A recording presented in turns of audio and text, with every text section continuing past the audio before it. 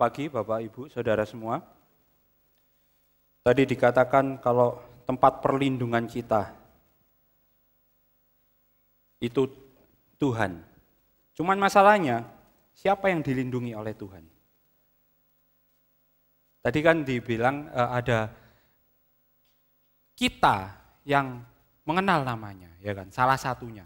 Tapi kalau saudara baca, tadi saya diingatkan satu ayat, ini out of context sedikit. Di Mazmur 37 ayat yang ke-39, saya langsung bacakan aja ya. Orang-orang benar diselamatkan oleh Tuhan.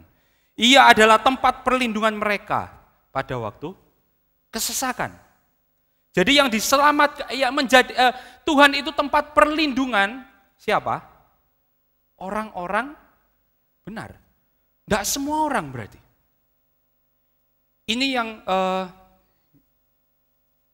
Tuhan bicara akhir-akhir ini.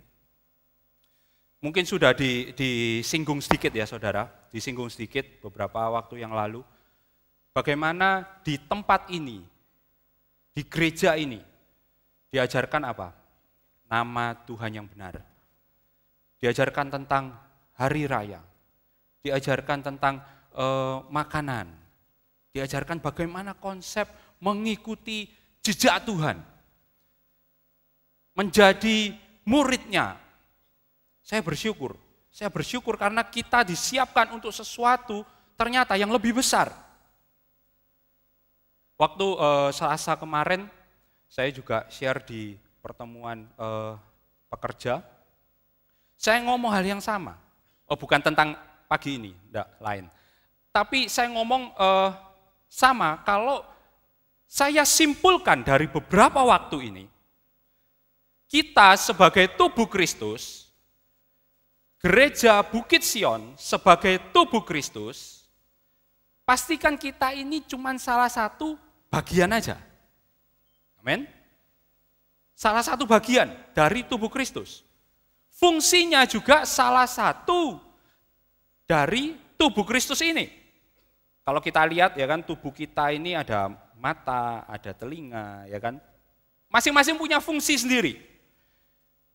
Masing-masing punya fungsi di mana dia ditempatkan di situ dan dia berfungsi sebagaimana mestinya dan memiliki kontribusi ke seluruh tubuh. Nah, waktu saya berdoa akhir-akhir ini, Tuhan, panggilanmu, fungsi bagian dari gereja ini apa Tuhan? Saya pengen tahu, karena seringkali kita juga wondering gitu ya kan. Iya, Tuhan itu manggil kita itu apa ya? Tuhan itu manggil kita itu gimana ya? Tapi kalau disimpulkan akhir-akhir ini tentang nama Bapa, tentang hari raya, tentang konsep-konsep yang sesuai dengan firman Tuhan. Bukan tidak ada dasarnya saudara, tapi ada dasarnya. Dasarnya apa? Firman Tuhan. Bukan pemahaman manusia aja, tapi firman Tuhan. Akhirnya Tuhan tuh kayak ngomong, ini loh, di akhir zaman, di waktu akhir ini, di firman Tuhan bilang apa? Tuhan mencari penyembah yang menyembah Tuhan di dalam roh dan kebenaran. Roh dan kebenaran. Jadi akhirnya Tuhan itu seperti membukakan kalau banyak anak Tuhan itu menyingkirkan kebenaran. Banyak anak Tuhan di akhir zaman, ini sesuai firman Tuhan, kalau saudara baca 2 Petrus satu paket di pasal yang kedua, itu ada pengajar-pengajar palsu dan guru-guru palsu yang akan muncul di akhir zaman. Mereka twist firman Tuhan, mereka twist kebenaran. Itu yang terjadi.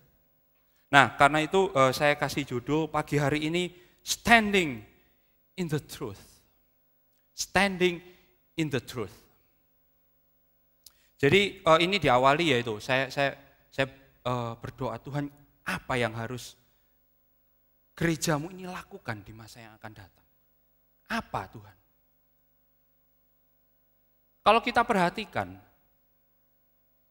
seperti misalnya nama Bapa, nama Tuhan yang benar. Ini akhir-akhir ini gelombangnya semakin besar, saudara. Jadi kalau saudara merasa, oh ini cuma di Bukit Sion aja, mohon maaf, ini bukan cuma di Bukit Sion aja. Ternyata ini ada di seluruh dunia. Saya tidak ngomong cuma di Indonesia. Ternyata di seluruh dunia ini gelombangnya sedang besar. Karena apa? Karena ada pihak-pihak agama, pemuka-pemuka agama, mereka merencanakan sesuatu di masa yang akan datang. Karena banyak orang bilang kayak gini, yang menyebabkan kekacauan di dunia ini apa? Agama katanya. Karena semua orang punya agama sendiri-sendiri, karena itu kepercayaan sendiri-sendiri, itu buat kekacauan. Maka dari itu ada beberapa pemuka agama akhirnya mereka mulai mengambil tindakan, mereka akan menyatukan semua agama. Saya tidak mau ngomong lebih lanjut tentang ini, tapi ini terjadi, saudara. Mereka mau menyatukan semua agama. Dan saudara tahu kalau di akhir zaman nantinya, di nubuatan yang ada, ya kan? Bagaimana seorang antikris, ya kan? Antikris akan menduduki tempat. Bagaimana dia bisa kontrol semuanya? Kalau yang tahu kebenaran ini bereaksi, ya kan? Kalau yang tahu kebenaran ini mungkin banyak. Mereka akan satukan semuanya. Dan mereka bilang apa? Tuhannya semua agama itu sama. Tuhannya semua agama itu benar, sama. Manggilnya mungkin beda. Satu lihat dari point of view yang ini, satu lihat dari point of view yang ini. Mereka akan bilang seperti itu. Nah, ini awalnya. Ini kenapa? Kenapa? Tuhan semakin membukakan kebenaran akhir-akhir ini. Tapi kita berdiri dalam kebenaran ini tidak cuman kebenaran. Tidak cuman terus enak, wah kita berdiri di atas kebenaran, terus semua baik-baik aja, semua jalan seharusnya.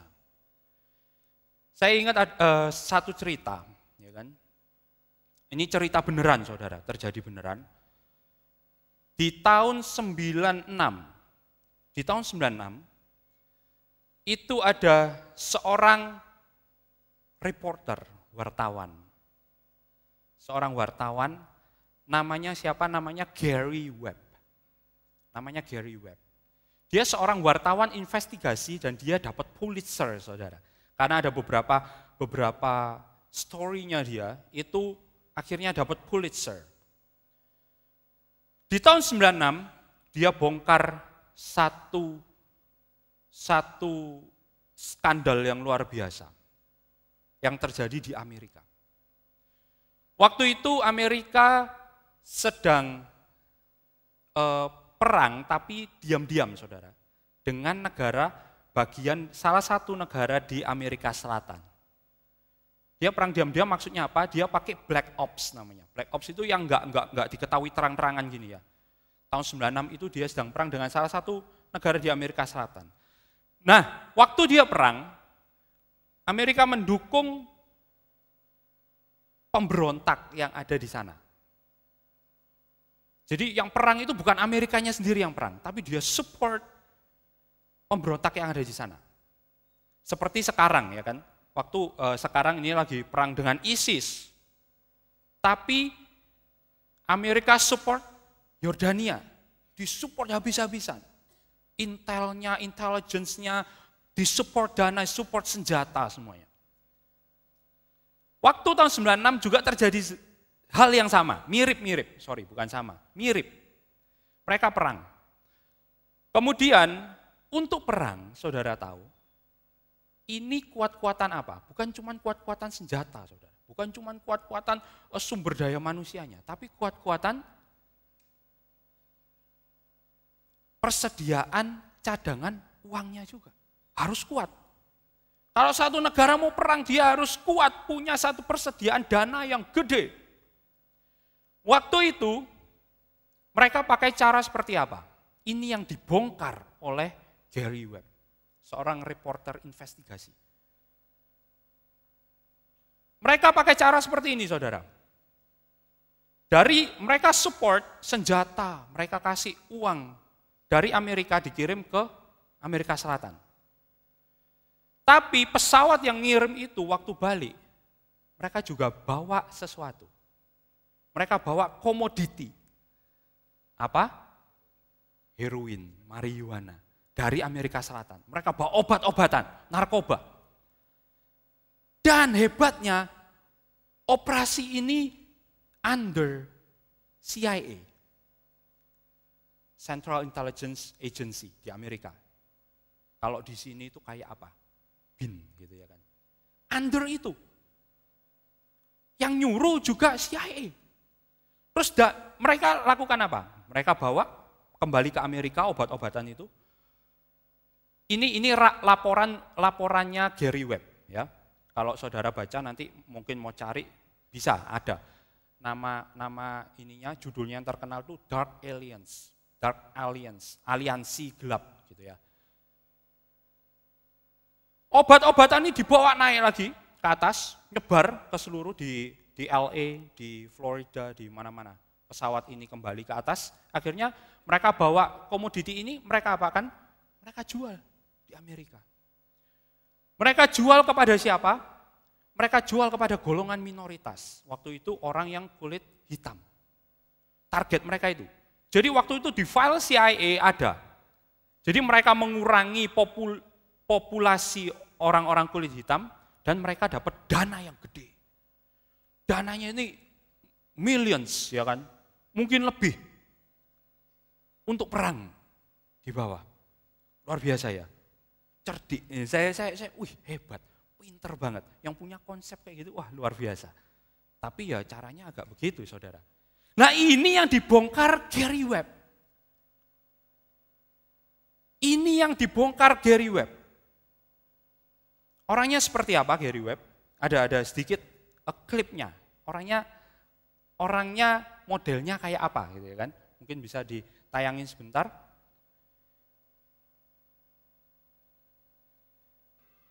Ini orangnya. Dia punya keluarga, saudara. Dia punya 3 orang anak. Ini Gary Stephen Webb yang dia buat report tentang kebenaran yang terjadi. Oke, sudah dulu mungkin. Ini dia bikin report tentang kebenaran yang terjadi. Kebenarannya kayak gitu. Tapi nggak diakui oleh pemerintah. Setelah dia melaporkan, setelah dia buat artikel tentang itu, apa yang terjadi? Apakah dia akhirnya, wah dapat penghargaan, kaya luar biasa, karena ini kebenaran, dan ini cerita yang gede. Bongkar aibnya pemerintah, cerita yang besar. Tapi apa yang terjadi sama kehidupannya? Gary Webb, setelah dia terbitkan cerita itu, dia itu di bawah naungan San Jose Mercury News, nama korannya. San Jose, koran kecil saudara, publisher kecil. Enggak seperti LA Times, ya kan, New York Times, Washington Post, ya kan, enggak seperti itu. Waktu dia terbitkan itu, akhirnya koran-koran yang gede kaget. Apa ini, ya kan, San Jose Mercury News, aku enggak pernah dengar kayak gini. Nama reporternya siapa? Akhirnya ada salah satu koran yang besar juga, dia kirim salah satu reporter investigasinya. Benar enggak sih ini ceritanya? Ternyata benar saudara. Ternyata ceritanya benar. Legit enggak? Legit dia bilang. Terus gimana kok kita bisa keduluan sama koran kecil? Mereka agak enggak enak hati. Dan setelah itu apa yang terjadi? CIA kontak mereka. Kontak Washington Post, kontak LA Times, ya kan? Mereka kontak koran-koran yang besar, media-media yang besar. Mereka kontak itu semua. Akhirnya apa yang terjadi? Singkat cerita, hidupnya Gary Webb itu dihancurkan. Karena apa? Karena ternyata dia waktu berapa tahun yang lalu, dia itu pernah selingkuh dari istrinya. dia itu kayak gini, dia itu kayak gini. Jadi itu yang diberitakan saudara. Bukan lagi tentang berita yang dibawa sama Gary Webb, tapi akhirnya Gary Webb ini yang diekspos. Siapa Gary Webb ini? Pendek cerita, kehidupannya tidak seenak itu saudara. Dan akhirnya tahun 2004,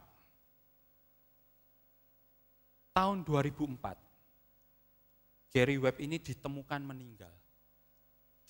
Ada tembakan, dua tembakan di kepalanya. Tapi polisi menyatakan dia meninggal karena bunuh diri. Tragis ya. Ini hanya karena dia expose kebenaran. Sama. Saya pikir bukan sama persis ya. Sama kalau kita mau bicara kebenaran. Tantangannya tidak semudah itu. Benar. That's true.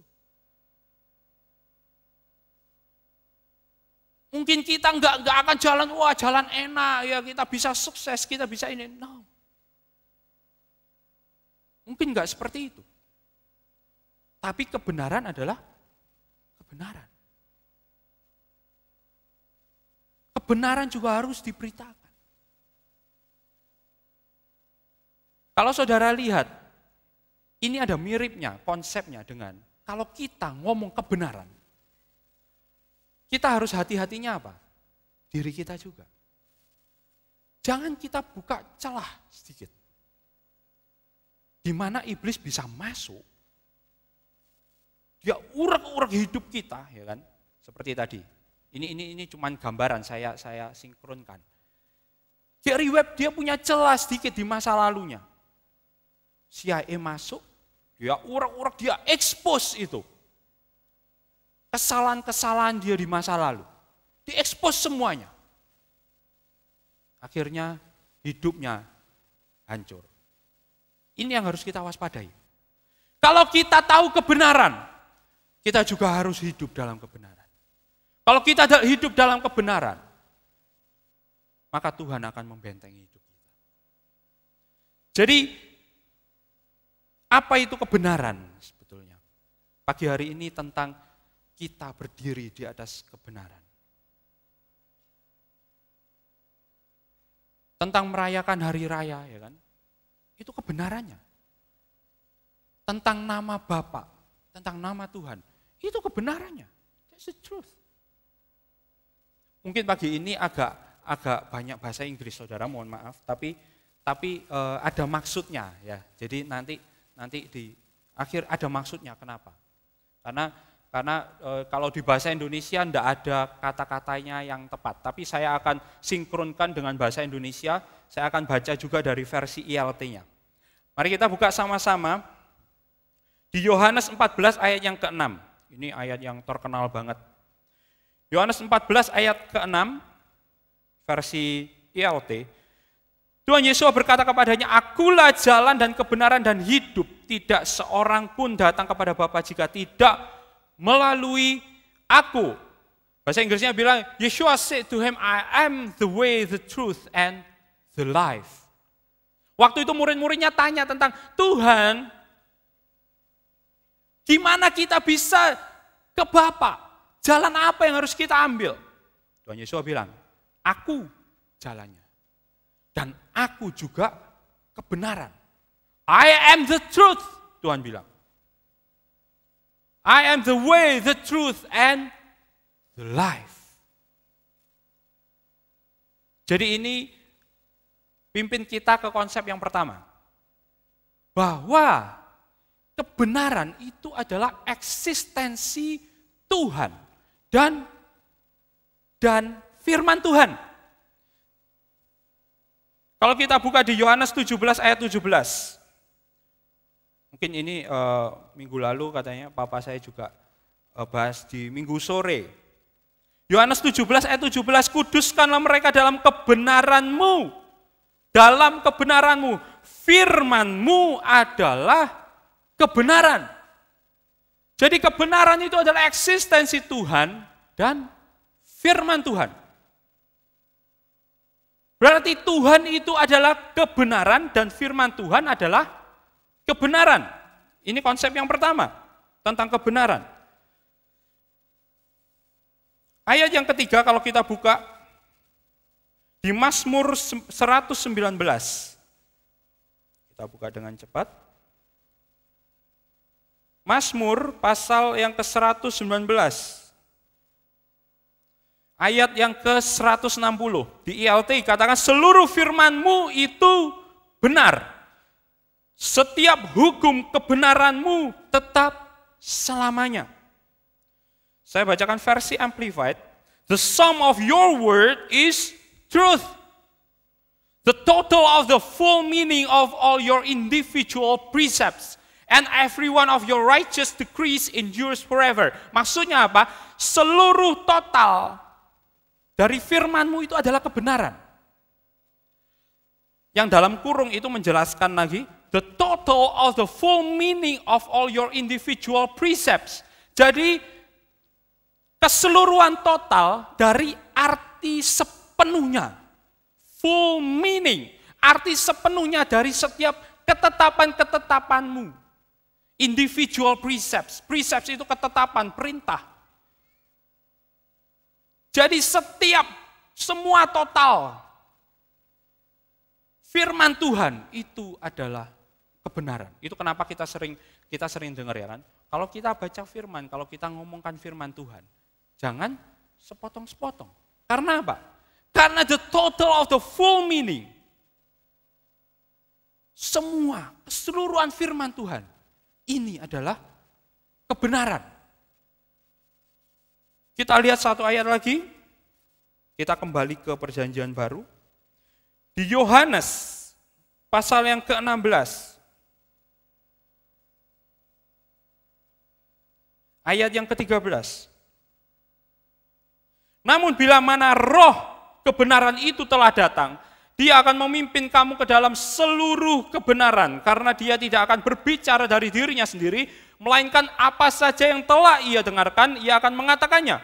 Ia juga akan memberitakan kepadamu hal-hal yang sedang datang. Waktu itu Tuhan Yesus bilang, dia mempersiapkan murid-muridnya. Kalau dia akan mati, disalib, dan dia akan bangkit, dia kembali ke Bapa. Tapi dia bilang kepada murid-muridnya, nanti akan ada roh Tuhan yang menyertai kamu. Intinya seperti itu. Dikatakan, but when he the spirit of truth, roh kebenaran, roh kudus itu adalah rohnya Tuhan. Dan dibilang juga di sini adalah roh kebenaran.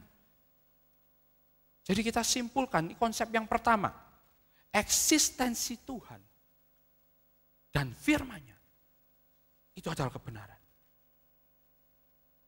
Jadi ada satu kebenaran yang nggak bisa diganggu, firman Tuhan. Mungkin orang itu punya konsep kebenaran sendiri kadang, ya kan? Berbeda-beda. Tapi ada satu yang mutlak, firman Tuhan. Keberadaan Tuhan. Ini adalah kebenaran yang mutlak. Konsep yang kedua, Tuhan itu menghargai kebenaran. Jadi kebenaran ini bukan cuman apa ya? Oh ya udahlah, kebenaran kita cukup tahu aja. Tapi enggak. Tuhan ini menghargai dengan tinggi kebenaran ini. God puts high value for the truth. Kalau kita buka di Yohanes 4,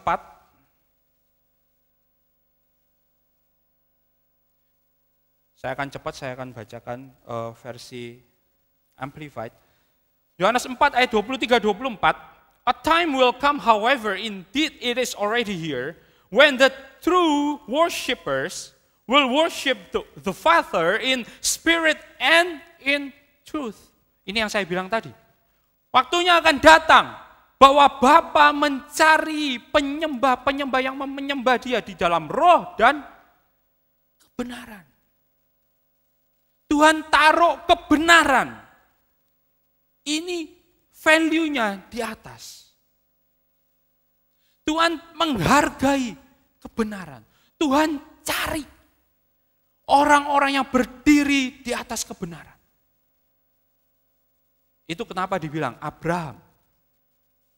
Dia diperhitungkan Tuhan karena kebenarannya. Nuh, kalau saudara baca di 2 Petrus. Nuh, kenapa dia diselamatkan dari air bah? Karena dia berdiri di atas kebenaran. Lot, kenapa Lot diselamatkan dari Sodom dan Gomora?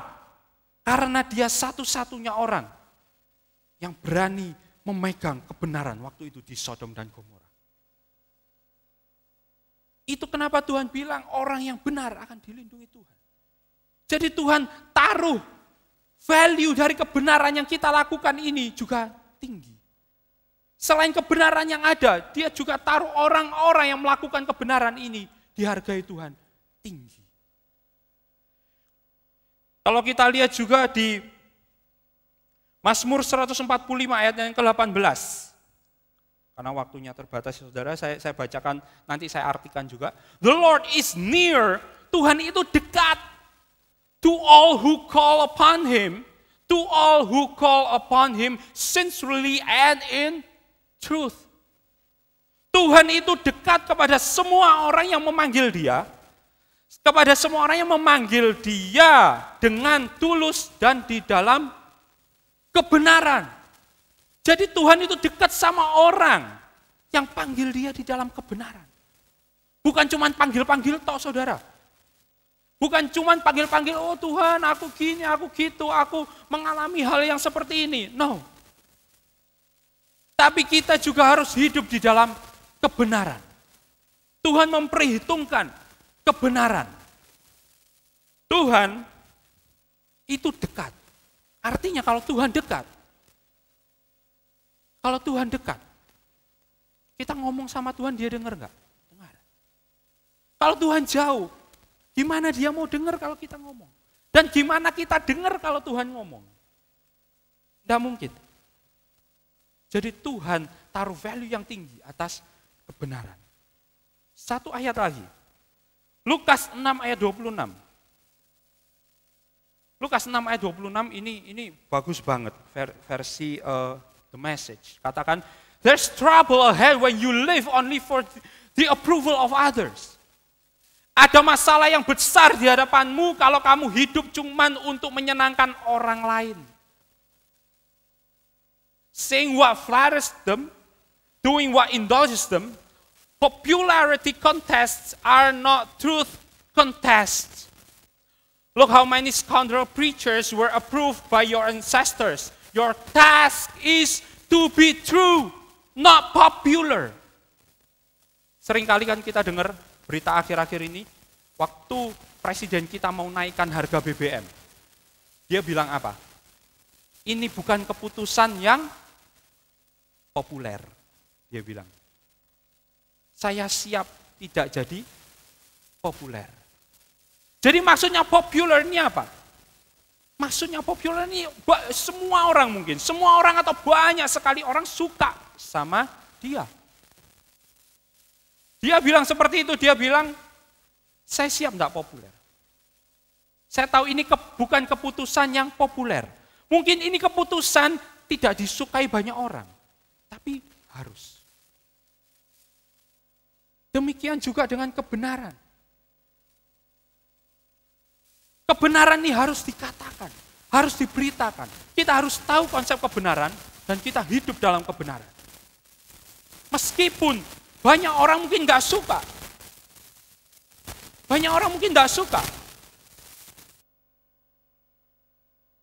Jadi artinya kalau kita menghidupi kebenaran, kita mengutarakan kebenaran, mungkin kita nggak populer. Mungkin banyak orang nggak suka sama kita. Mungkin banyak orang akan jauhin kita. Mungkin banyak orang nggak mau dekat sama kita. Tapi tetap Tuhan ngomong apa? Your task is to be true, not popular. Tugasmu itu untuk menjadi benar, bukan populer. Bukan populer. Dan kalau kita lihat sebelumnya, kenapa Tuhan bilang, look how many scoundrel preachers preachers, Tuhan bilang. Pengkhotbah. Pengkhotbah. Artinya apa? Artinya orang yang memberitakan firman Tuhan juga. Tidak semuanya memberitakan kebenaran. Tidak semua memberitakan kebenaran dengan utuh. Ini yang harus kita waspadai kalau saudara nanti punya waktu, saudara baca 2 Petrus 2. Saudara akan tahu apa artinya. Bahwa banyak pengajar-pengajar, banyak guru-guru palsu. Di akhir zaman mereka mengikuti jalan Bileam. Nanti kalau saya jelaskan Bileam panjang lagi. Waktu Selasa kemarin saya jelaskan. Jangan kita mengikuti jalan Bileam. Terutama untuk mereka yang melayani Tuhan. Karena di situ, di 2 Petrus 2, itu peringatan buat kita yang sudah tahu kebenaran dan kita masuk di dalam jalan kebenaran itu. Dan kita yang melayani Tuhan.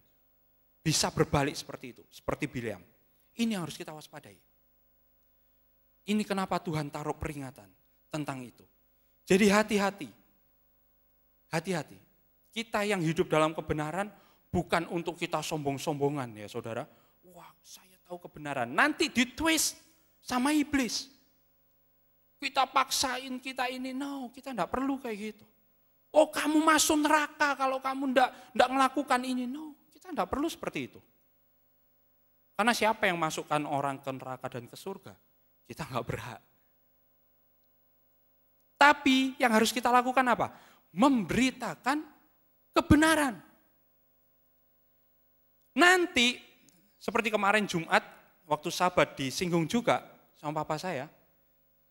Nanti Roh Kudus yang bekerja. Tadi kita sudah baca ya kan? Roh Kudus itu roh kebenaran. Dia yang akan membukakan jalan, dia akan yang membukakan konsep kepada orang itu. Bukan tugas kita lagi. Tugas kita memberitakan kebenaran. Setelah itu, Roh Kudus yang akan bekerja. Roh Kudus yang akan bekerja. Oke. Konsep berikutnya, kebenaran, truth overcome facts. Kebenaran itu melampaui fakta yang ada. Kebenaran itu overcome, melampaui fakta. Saya ambil salah satu cerita, mestinya ceritanya ini banyak saudara, tapi saya ambil satu cerita. Di waktu itu Tuhan Yesus setelah dia berkhotbah di atas mimbar di bait suci, dia duduk sama murid-muridnya, memperhatikan orang yang datang ke bait suci. Waktu itu ada seorang janda datang, dia bawa cuman berapa? Sepeser, 2 peser. Dia bawa cuman 2 peser uang. Tapi Tuhan bilang apa sama murid-muridnya waktu itu?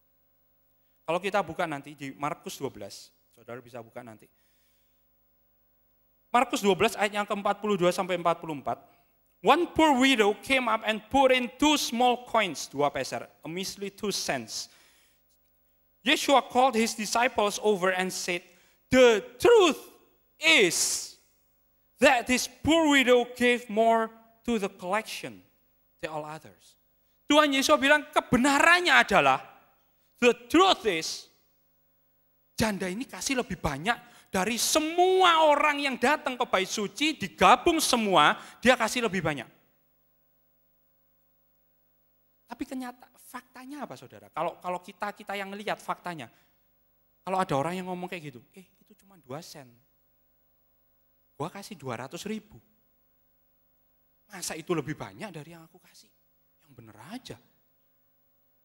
Faktanya, kalau kita ngomong mau fair, faktanya kita lihat, enggak sebanyak itu. Enggak sebanyak itu. Tapi Tuhan bilang, kebenarannya adalah dia kasih lebih banyak dari semua yang datang ke bait suci itu digabung. Wow.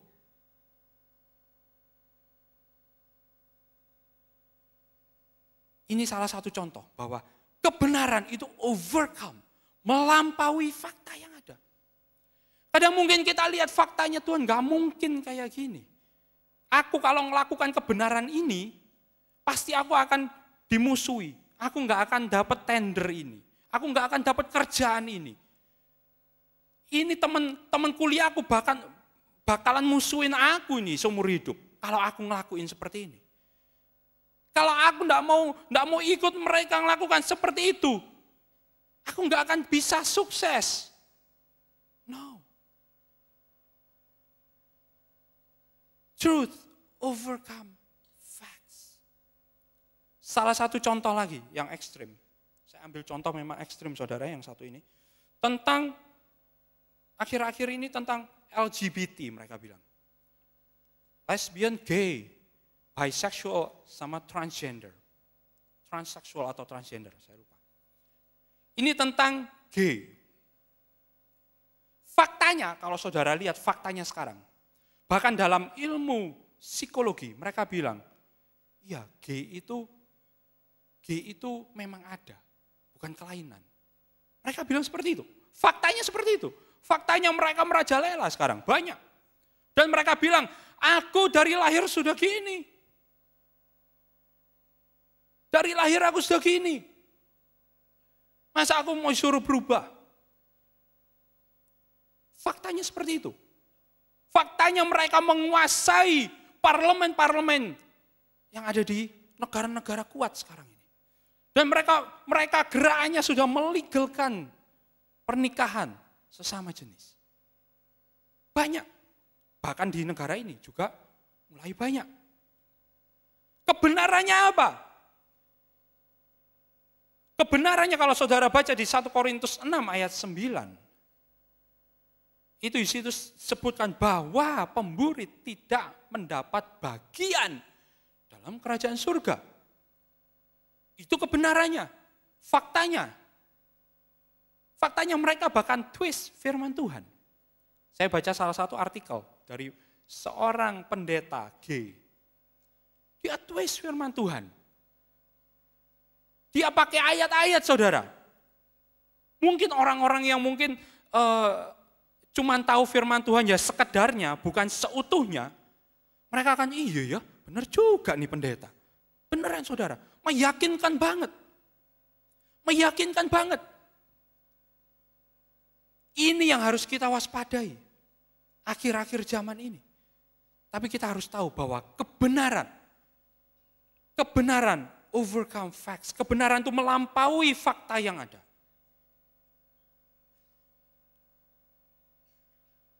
Juga termasuk kalau ke depan di waktu yang akan datang, seperti saya singgung di awal.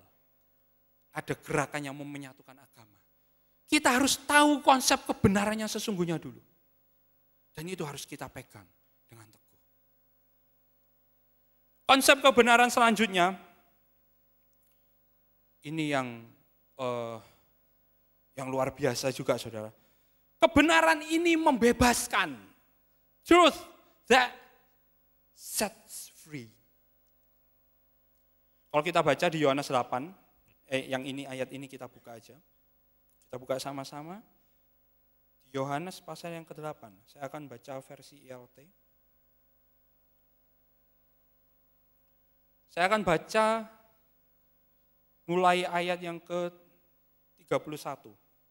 Kemudian Tuhan Yesus berkata kepada orang-orang Yahudi yang telah percaya kepadanya, jika kamu tetap tinggal di dalam firman-Ku, kamu adalah benar-benar murid-Ku.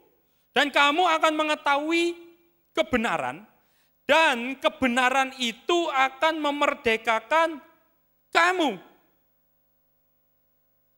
Kebenaran itu akan memerdekakan kamu. Kalau kita lihat versi Amplified, ada di atas. So Yeshua said to those Jews who had believed in him, if you abide in my word. Kalau kamu tinggal, abide itu tinggal di dalam firman-Ku. Artinya tinggal di dalam firman Tuhan itu apa? Di dalam kurung itu dijelaskan, hold fast to my teachings and live in accordance with them. Memegang dengan teguh pengajaran-pengajaranku dan menghidupinya. dan hidup sesuai dengan firman Tuhan. You are truly my disciples. And baru setelah itu, and you will know the truth, and the truth will set you free. Seringkali orang bilang, wah firman Tuhan. Bahkan ini pakai slogan-slogan banyak universitas terkenal di Amerika. Kebenaran akan memerdekakan. The truth will set you free. Itu aja yang diambil. Sebelumnya enggak dibahas. Wah, kamu kalau percaya kebenaran kamu akan dibebaskan. Dibebaskan dari hutang, dibebaskan dari kemiskinan. Seringkali yang kita dengar seperti itu. Benar enggak? Mestinya benar, tapi sebagian benar. Ayat sebelumnya enggak dibacakan sama mereka.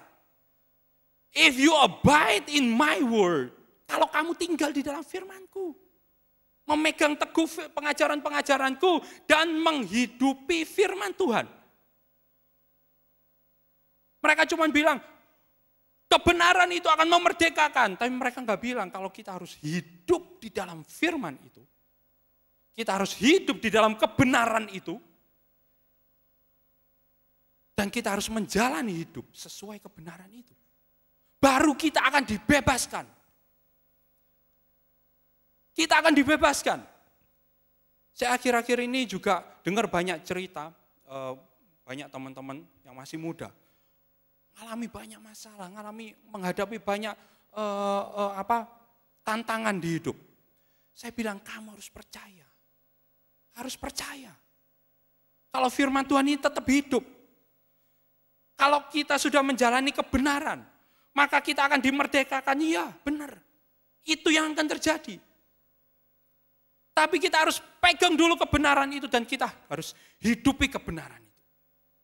Kalau kita nggak hidupi kebenaran, atau kita nggak pegang kebenaran, kita masih separuh-separuh benar, kira-kira kita akan dimerdekakan nggak? Saya ragu. Saya ragu. Benar, di firman Tuhan, Tuhan bilang, dan lihat apakah aku tidak akan membuka tingkap-tingkap langit. Luar biasa ya, semua orang pinginnya kayak gitu. Iya. Tapi, enggak semua orang mau kasih perpuluhan. Enggak semua orang mau bawa perpuluhan itu kepada Tuhan. Padahal di ayat sebelumnya, Tuhan bilang, kalau engkau memberikan sepersepuluh, tidakkah kamu lihat, aku akan membuka tingkap-tingkap langit. Kita harus tahu kebenaran ini seutuhnya. Dan kebenaran ini akan membebaskan kita, benar. Membebaskan kita dari apa? Tadi mama saya singgung juga. Membebaskan dari apa? Ikatan-ikatan yang ada. Membebaskan dari apa? Membebaskan dari kita dari tekanan-tekanan yang ada. Membebaskan kita dari apa? Membebaskan kita dari sakit penyakit yang ada. Ya, kita harus punya iman seperti itu kalau kita sudah pegang kebenaran. Saya belum baca mendalam, tapi waktu saya baca ini, saya diingatkan tentang apa? Tentang seorang wanita yang dia sakit pendarahan. Sudah berapa tahun, berapa belas tahun. Dan dia habiskan hartanya untuk ke dokter. Untuk berobat, untuk ke tabib-tabib waktu itu. Tapi dia nggak sembuh. Tapi waktu dia lihat dan dia percaya bahwa ada satu pribadi yang bisa sembuhkan dia. Yaitu Tuhan Yesus. Anak Tuhan. Anak Daud. Lewat. Dia tahu kebenaran. Kebenarannya apa? Kebenarannya bahwa Tuhan Yesus adalah Mesias. Kebenarannya apa? Tuhan Yesus bisa menyembuhkan. That's the truth. Dan dia bilang apa? Asal ku pegang jubahnya, aku akan sembuh. Terjadi enggak? Terjadi. Kalau kita pegang, kita tahu kebenaran, kita pegang kebenaran. Kita kerjakan kebenaran itu. Saya yakin firman Tuhan. Bukan kata pendeta ini, kata pendeta itu. No. Tapi kita harus tahu firman Tuhan. Dan kalau Tuhan sudah berfirman, maka Tuhan akan melakukannya. Jadi kebenaran itu akan membebaskan kita dari kekhawatiran, kehancuran, sakit penyakit. Dan yang terakhir,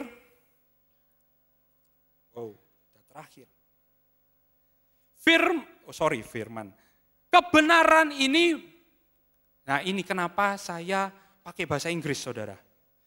Karena kalau ini diartikan bahasa Indonesia, kebenaran ini berhubungan dengan kebenaran. Truth relates to righteousness.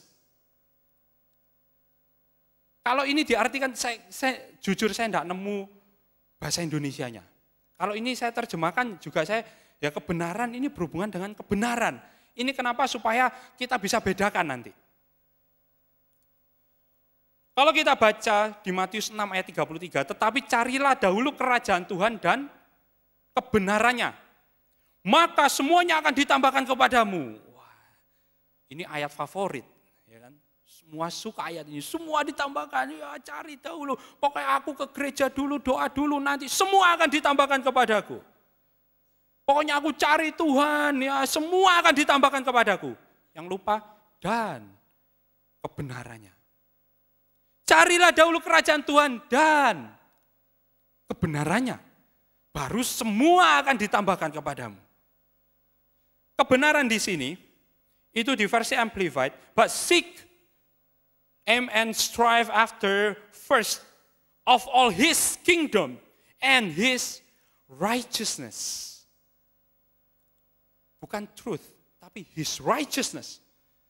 Ini sudah menjelaskan sedikit dalam kurung, righteousness itu apa? His way of doing and being right.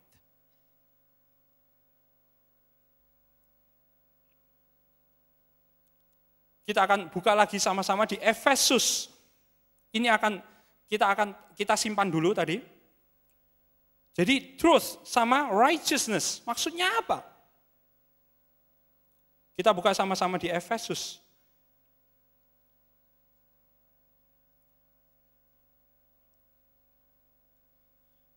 Efesus pasal 6 ini ceritanya tentang selengkap senjata Tuhan.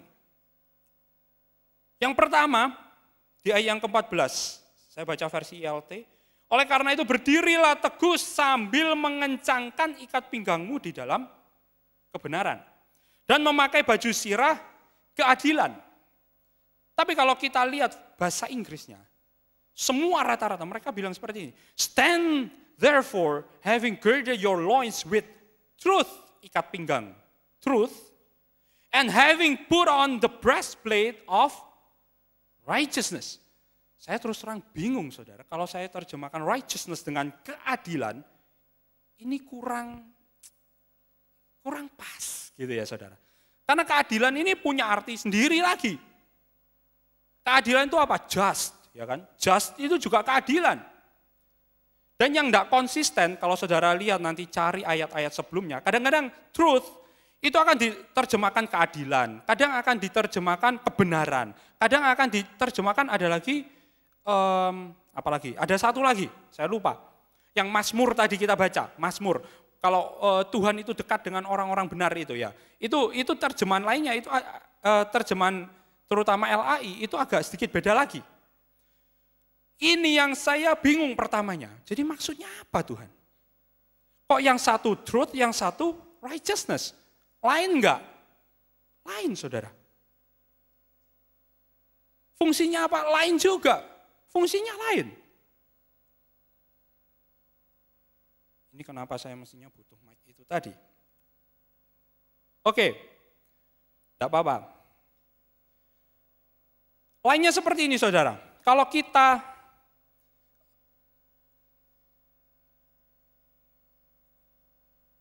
ini saya sedikit umpamakan, saudara, supaya ada gambaran ya. Jadi ini bukan sesungguhnya memang seperti ini. Ini cuman ilustrasi aja, betul Pak.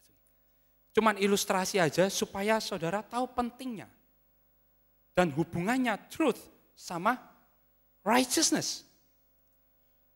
Saya kasih tahu dulu arti artinya bedanya apa saudara? Kalau saudara lihat nanti di Efesus 6 ayat ke-14 ini, di bahasa aslinya, di bahasa Yunaninya, truth itu bahasa Yunaninya adalah aletheia.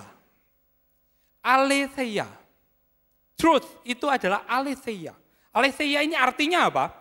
What is true in things appertaining to God and the duties of man, moral and divine truth. Apa yang benar, true, yang di dalam hal-hal yang mencakup tentang Tuhan dan di sini tugas-tugas manusia, moral dan kebenaran yang ilahi. Yang mencakup Tuhan dan moral truth, sampai moral truth. Jadi ini kebenaran yang mutlak. Termasuk kalau kita consciousness, ya kan. Ada saatnya kayaknya kita aduh kok nggak pas ya kita ngelakukan ini. Kalau kita bohong mungkin kita aduh kok rasanya nggak enak ya. Jadi ada truth ini kalau aletheia, ini maksudnya kebenaran yang mutlak dari Tuhan. Termasuk firman Tuhan. Truth. Tapi kalau kita lihat righteousness, bahasa Yunaninya itu apa? Bahasa Yunaninya adalah dia dikaios une. Dikaios une. Artinya apa? The way, cara. The way in which man may attain a state approved of God. Caranya di mana seseorang itu bisa mencapai satu kondisi yang diakui oleh Tuhan. Yang berkenan di hadapan Tuhan. Satu cara. Berikutnya, arti yang kedua juga, masih dari bahasa aslinya. Integrity, virtue, purity of life, rightness, correctness of thinking, feeling, and acting. Jadi ada di dalam dikaios une, itu ada unsur action. Ada kita melakukan bagian kita. Kita melakukan kebenaran, the truth. Kebenaran yang mutlak itu. Ada seperti itu. Righteousness, kalau saya boleh simpulkan dengan bahasa saya sendiri. Righteousness adalah truth yang dilakukan. Yang dikerjakan. Maka yang kita lakukan itu adalah righteousness. Jadi bedanya apa? Bisa? Enggak bisa. Mic-nya enggak bisa ya? Oke, enggak bisa. Ini saya kasih ilustrasi sedikit, saudara. Ini saya ambil dari barang-barang yang ada. Ya kan?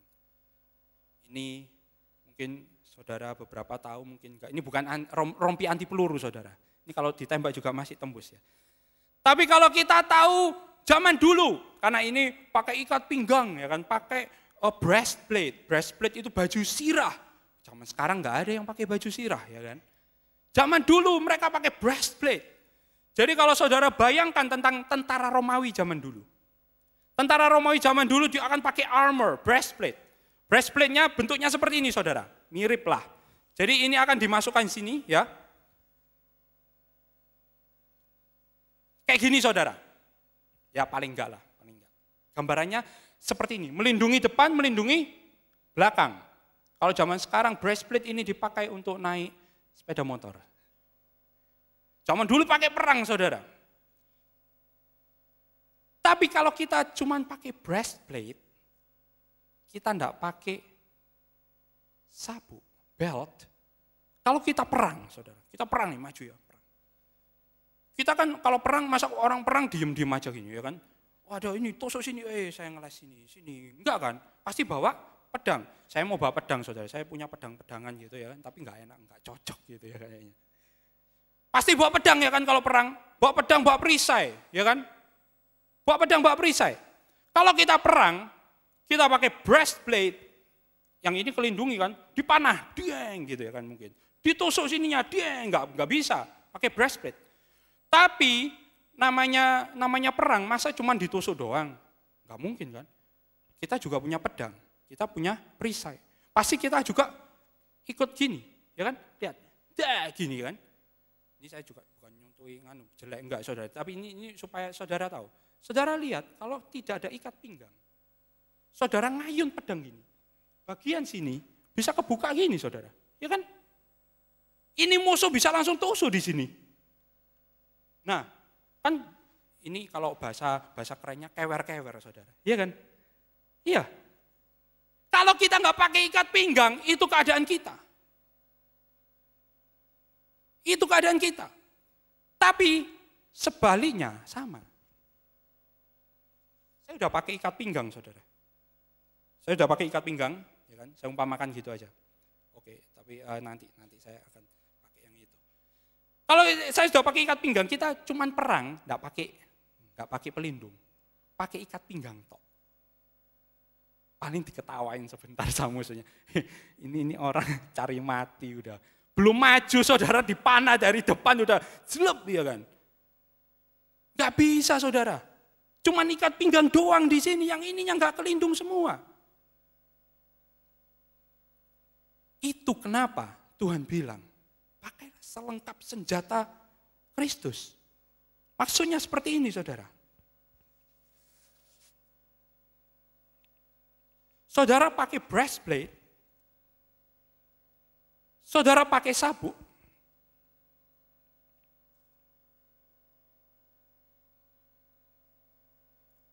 ini saya pinjam sabuk fitness ini saudara.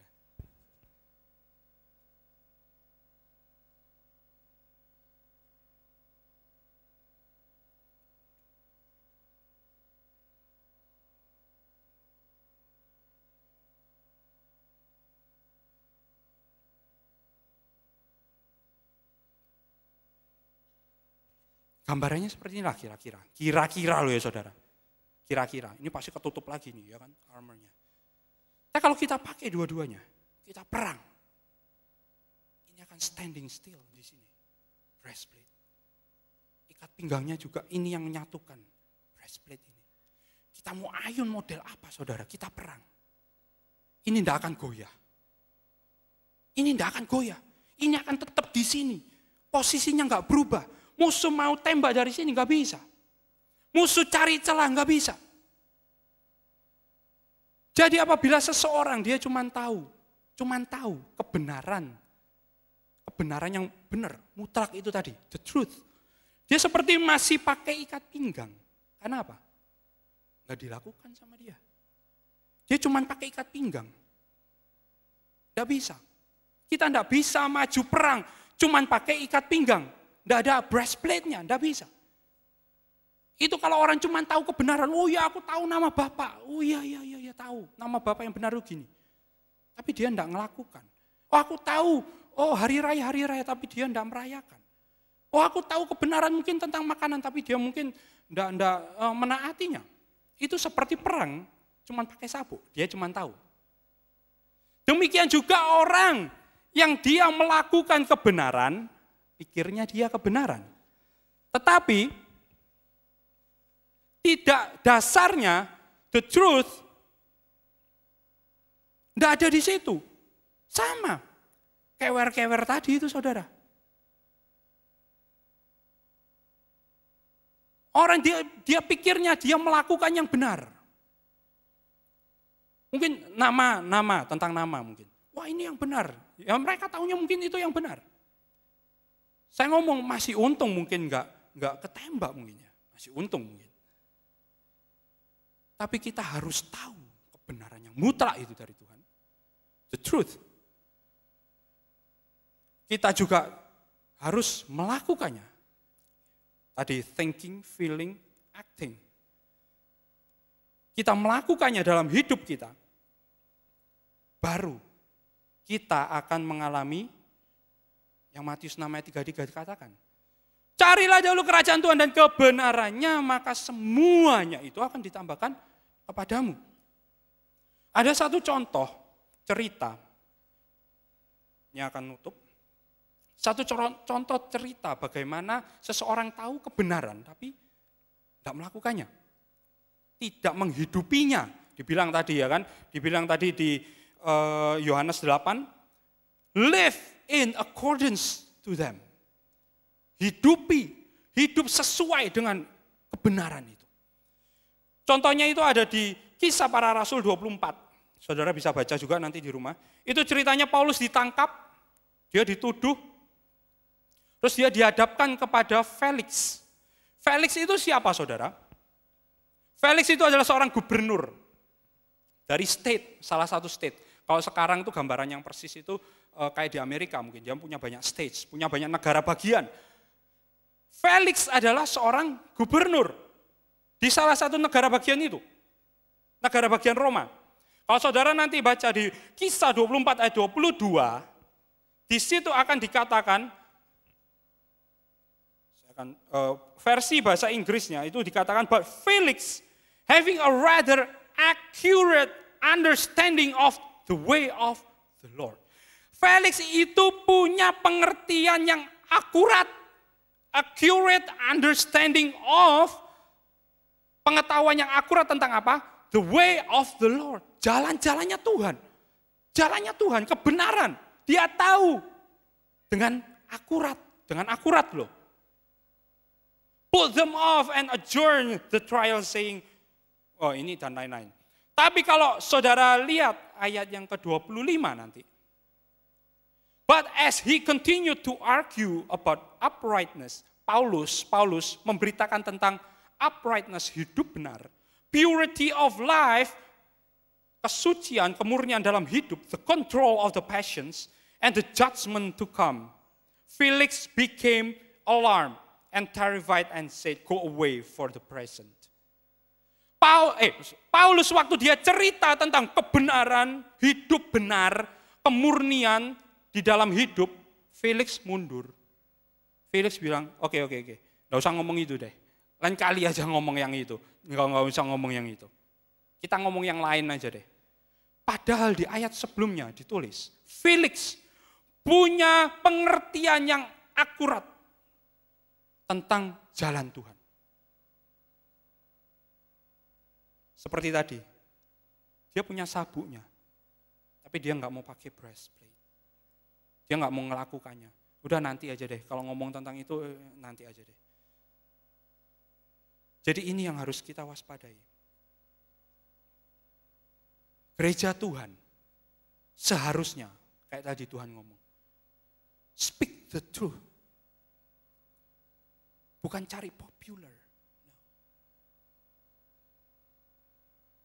Bukan cari popular. Tapi kita bicarakan, utarakan kebenaran. Dan kemerdekaan, dan kebenaran itu yang akan memerdekakan kita. Itu yang harus kita imani. Waktu-waktu ini. Bahwa kita yang tahu kebenaran, seharusnya janji Tuhan kita dimerdekakan. Kita yang tahu kebenaran dan melakukannya, semuanya akan ditambahkan. Itu firman Tuhan loh, bukan firman saya saudara. Jangan berharap pada manusia.